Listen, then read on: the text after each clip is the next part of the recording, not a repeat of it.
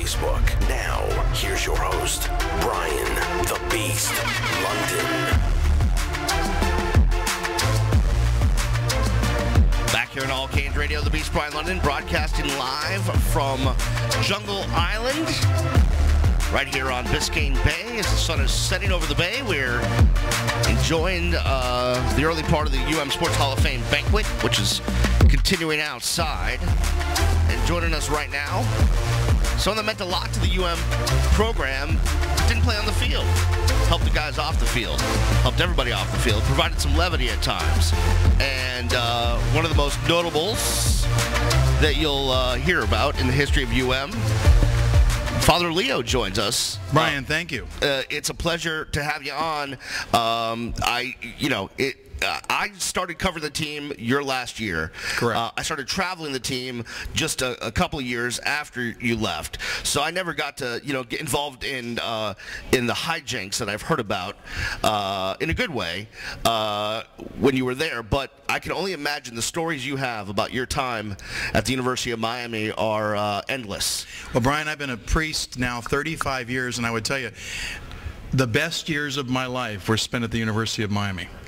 Let's talk about the how you got here, how you got to the U. Well, Father Frank Lachera, who was the pastor at St. Augustine's there in Coral Gables, had just been transferred up to West Palm Beach, and Coach Schnellenberger pulls me into his office in April, right before the spring game, which, believe it or not, in those days, those who were still playing football at the University of Miami would play against the former alumni. Right, yeah, I remember that. That was the last time. Yeah. Julio Cortez had an ACL tear, and they never played that game again. But aside from that, Coach Schnellenberger brings me in and he said, Father Leo, we'd love to have you as the team chaplain. I said, Coach, whatever I can do. So for the next 13 years, there I was. And how did you develop that role as team chaplain? Well, again, it's something I morphed into or evolved in because there's no really specific... There's no guidebook for that? No, not at all. Plus, I was around some of those incredible characters that you could ever imagine. Melvin Bratton, Alonzo Highsmith, Tolbert Bain, Winston Moss, Mike Sullivan, Rob Chudzinski. The list goes on. Right. You're around a lot of great players, a lot of great coaches, a lot of great characters, and you probably got to see a side of them that, maybe the public didn't get to see. Those were during the days when, Miami would get a bad rap for having guys that maybe didn't have good character. And I always thought, I'm on campus there as a student, I'm like, I don't see it. When I see these guys going to class, when I see these guys hanging out together, they don't seem like bad guys. What's the media talking about? Exactly, Brian. If you got the opportunity and you were blessed with the chance to get to know them on a very personal level, you found some of the most intelligent, the most articulate, the most dedicated, loving individuals you could ever be around. But once they put on that orange and white and they got on that football field, they took on the personality of the athletes and the football players that they were. They took the game very seriously, and they were absolutely dedicated to being the best they could be. When you talk about developing the role as a team pastor, and like now it's really commonplace for teams to have multiple guys, multiple chaplains, multiple guys serve in that role. But back when you started, you're kind of writing the handbook as you go along. What was important to you? What purpose did you want to serve? I think the first and foremost thing you can be to anyone is a friend. Right. You have to be able to transmit to them that whatever they tell you is confidential. I mean, you could never betray that trust. Right. Under any circumstances. Sure. Because if you did, they will never, ever trust you again. So I was very blessed and very fortunate to have been in a position where I could be there in a listening capacity, supporting capacity, not unlike any other young men in our society today who are dealing with the everyday difficulties of problematic relationships with their girlfriends or challenges with the coaching staff and whether or not they were starting or whether or not anyone was paying attention to them, how they were doing in the classroom, difficulties with their home life, with their parents struggling with their own marriage, and issues with their siblings. Those are no different than anyone else out there on the street. But I was fortunate, as I say, and I keep using that word, and I was, to be there at a place and a time when I could be a friend for them and a listening ear. understanding, and compassionate. Did you find, there was a lot of guys on those teams that came out of some tough neighborhoods, probably came out of some tough environments, maybe single-parent homes or some difficult domestic situations. Did you find it difficult sometimes to kind of break through their hard exterior to kind of get in there a little bit and get their trust? Very good question, Brian. Once they trusted you, and once they shared with you some personal information, and it never went any further than that, and they knew they could trust you with more personal information, then you became that confidant. And today I think that there's a lot of young people in high schools and colleges that are looking for that, either on the coaching staff of a particular sport, maybe it's their science or biology professor or math professor. Today we need role models in society. Older people that we can look up to with values and principles that we know that if we came to them in a confidential situation, they would lend an ear.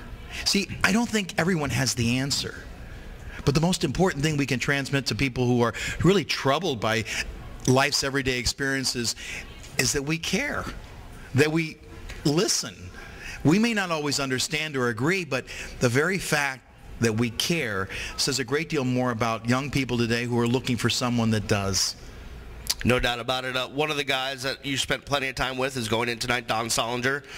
Spent his whole life here in South Florida. Was a great high school coach. Was a great coach here at the University of Miami in 2 different stints. Any fond memories of Donnie? Let me tell you about Donnie Solinger. You could not play for him. You could not start for the University of Miami. No matter how fast you were, how quick you were, the footwork, your hands, unless you could block. If you couldn't block, you weren't going to play. I don't care how fast you were, how quick you were, whatever. If you couldn't block, you wouldn't play. I remember playing golf recently with Albert Bentley, and Albert was sharing the story about when he and Eric Dickerson were together on the Colts. Every third down play, they would pull Eric Dickerson out and put Albert Bentley in. Do you know why? Because Albert Bentley could block. And if they blitzed on third down, that quarterback knew that Albert Bentley could block. So you look at the running backs that Donnie Solinger put in the league, and you ask why their tenure was so long in the NFL, it's not because they could catch, not just because they could run, but they could block. When you look back at your time at the University of Miami, is there a game, is there a road trip, is there, even if it's just a meeting with a coach or, some fun times in the offices or on a road trip, when you look back, when you're, laying in bed at night and looking for a chuckle, what comes to mind?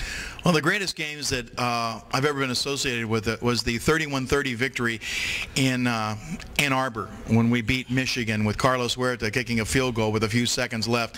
I mean, till then, he had never even kicked a field goal that meant anything for the University of Miami, and he drilled it. Right. And then the 26-25 victory over Florida State, the year we won the national championship in '87. But, Brian, I got to tell you, people talk about 83, 87, 89, 91, 2001, when we won 5 national championships. Do you know what year very few people ever talk about? Is 1988.